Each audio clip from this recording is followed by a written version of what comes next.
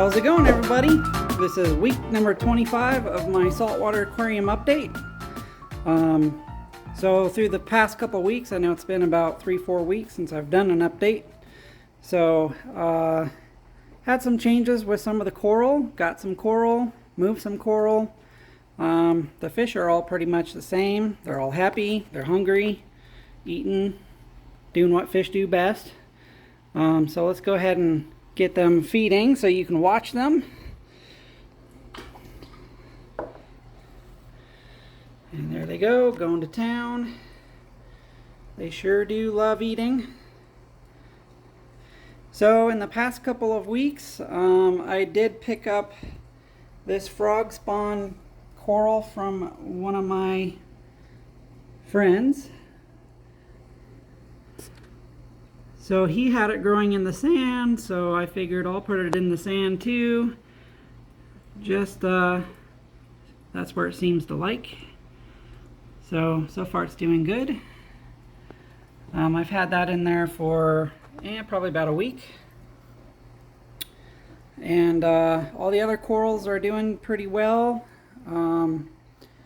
Like I said, my last few videos, the Xenia, because they like more dirty conditions, they're shriveling up and they're almost gone. I guess I keep my tank way too clean.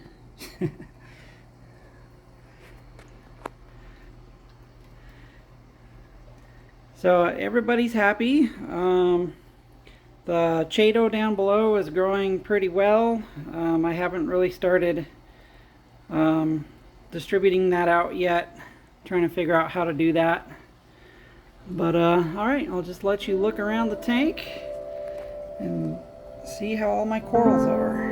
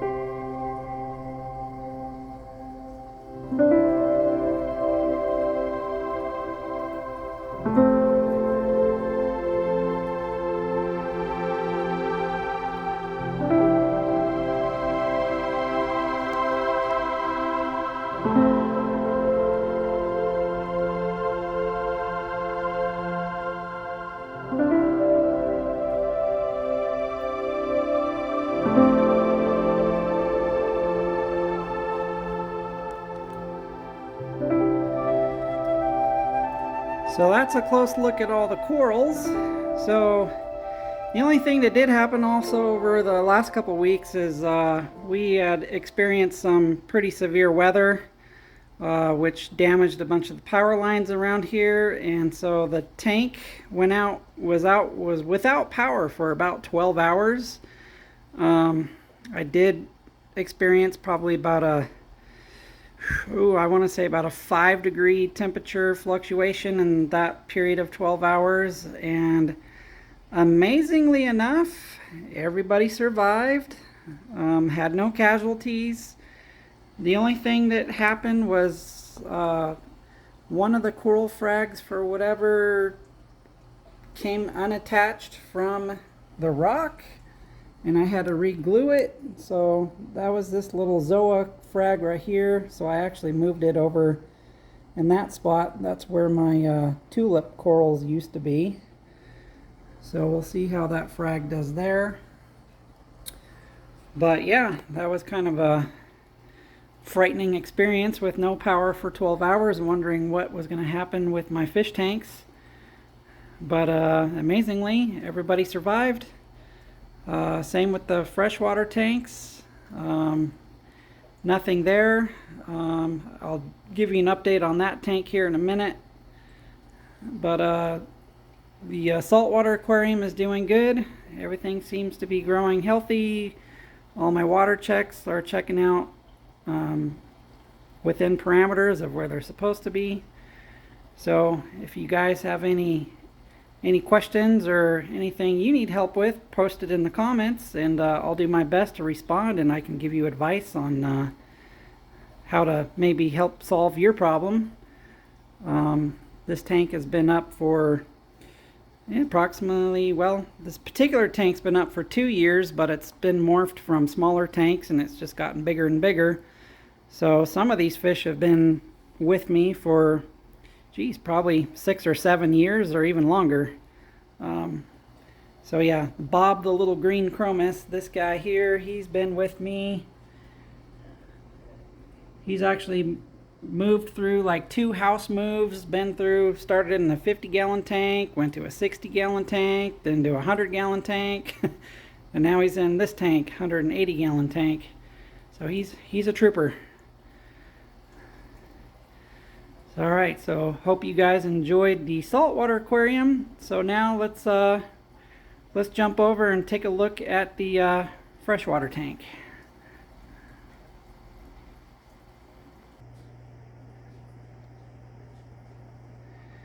All right, here we are at the freshwater aquarium.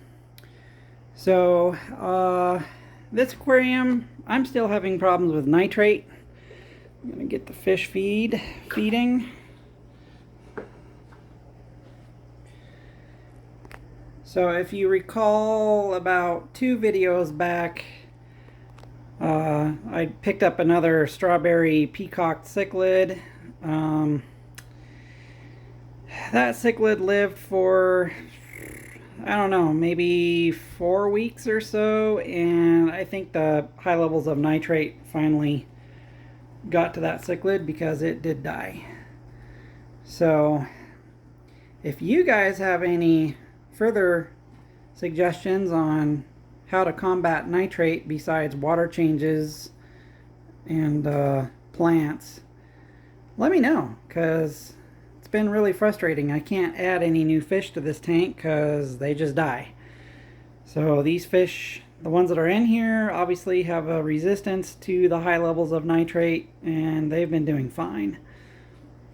But yeah, I really want to get a strawberry peacock cichlid just to add some more color to this tank, and that was my second one I've tried, and it's died.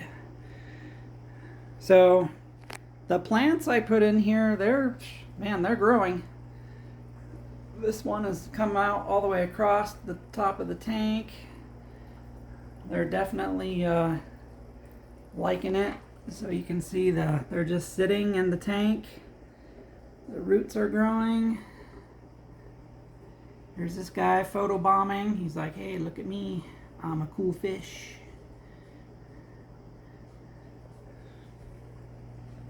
The bamboo plant, I don't know. That thing hasn't really grown. But I mean, it's not dead. Or at least, I don't know. It doesn't look dead. But I guess the leaves look a little weird in the water. I don't know. But yeah, so nitrate problems in this tank. So let me know what your suggestions are to help lower the nitrate. Other than that, everybody seems happy. Even my zebra pleco is still surviving.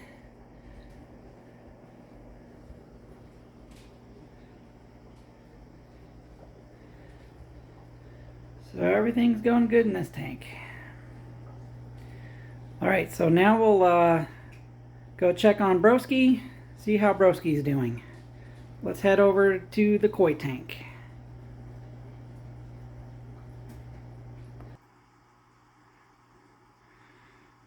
Alright, here we are at Broski's tank. Broski is getting huge. This fish just loves to eat and grow and grow. So he's probably now a good 12 inches. So my plan with Broski is probably in the springtime I'm going to put him in the neighbor's pond until I decide if I'm going to build my pond or not.